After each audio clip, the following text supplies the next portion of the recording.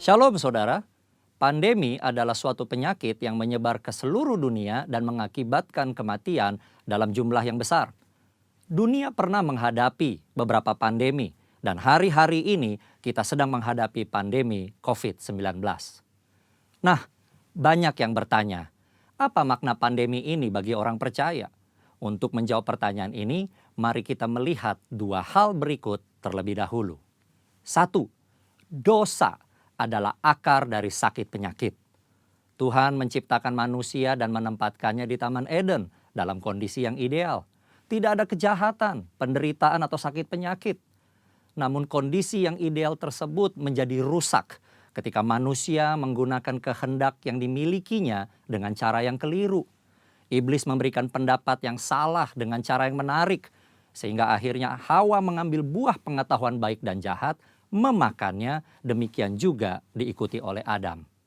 Akibatnya, dosa masuk ke dalam kehidupan manusia dan menurunkan kutuk, sakit penyakit, kekacauan, dan kematian kekal. Dua, anak-anak Tuhan tinggal di dalam dunia yang berdosa. Kita perlu mengetahui bahwa kita sebagai orang percaya tinggal di dalam dunia yang sudah jatuh dalam dosa.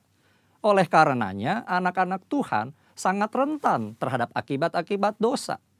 Namun buat anak-anaknya, Tuhan memberikan perlindungan yang luar biasa. Ada pagar yang mengelilingi anak-anak Tuhan yang tidak dapat ditembus oleh si jahat. Jika si jahat ingin mencobai anak-anak Tuhan, mereka memerlukan izin dari Tuhan. Dan salah satu syarat Tuhan adalah pencobaan itu tidak boleh melampaui kekuatan manusia. Kita harus ingat, diberikan izin atau tidak, itu adalah kedaulatan Tuhan. Pada hari-hari ini, iblis terus bekerja untuk meningkatkan pencobaan guna mengacaukan manusia. Sehingga manusia tidak fokus pada Tuhan dan rencananya. Melalui berbagai hal, termasuk COVID-19, iblis bekerja membuat manusia takut, kacau, dan hanya berfokus menyelamatkan diri secara fisik. Di dalam hikmatnya yang tinggi dan tidak terselami oleh manusia, Tuhan mengizinkan virus itu ada.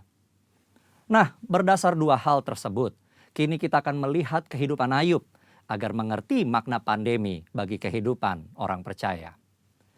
Saudara, Ayub dicatat sebagai orang yang saleh, jujur, takut akan Tuhan, dan menjauhi kejahatan.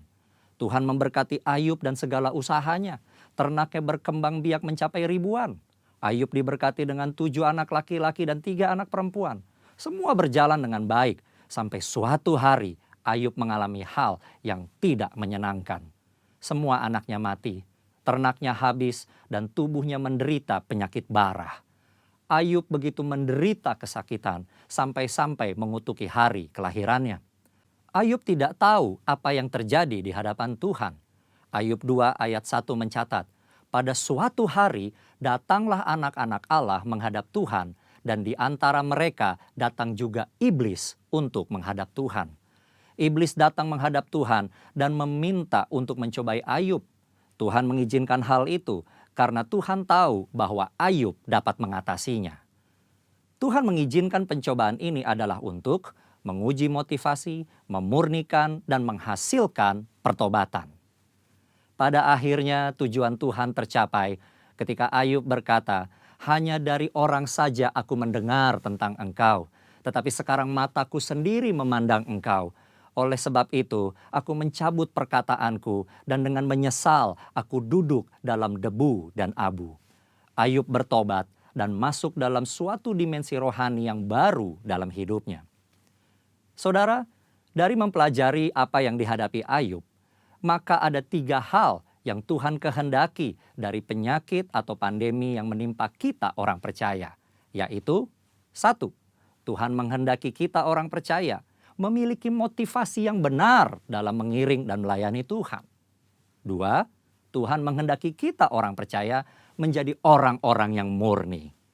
Jika diibaratkan emas, Tuhan tidak menghendaki emas 23 karat. Tuhan mau emas 24 karat.